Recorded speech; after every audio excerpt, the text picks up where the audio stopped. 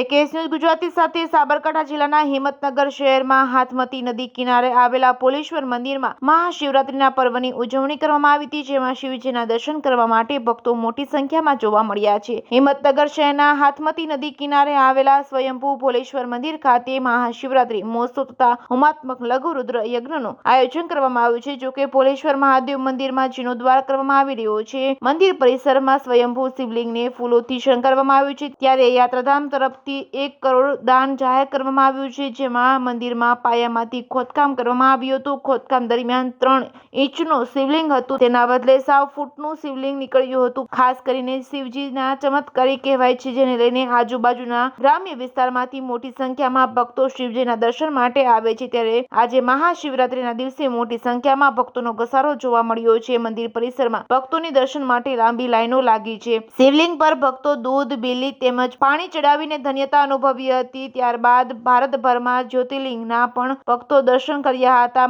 મહાશિવરાત્રી પર્વમાં પોલેશ્વર મંદિરના બહાર મેળો જેવો માહોલ જામ્યો છે। જેકેએસ ન્યૂઝ ગુજરાતી સાથે અશોક નાઈ, સાબરકાંઠા। શ્રી ભોલેશ્વર મંદિરની અંદર એનો જીર્ણોદ્ધાર થઈ રહ્યો છે।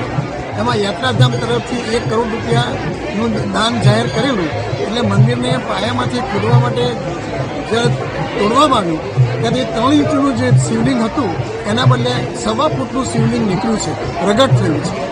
આ એક ચમત્કાર કહેવાય, અને એ ચમત્કારથી આજે પબ્લિક એટલી બધી આવી છે એને દર્શન કરવા માટે કે જેની કલ્પના ન કરી શકે।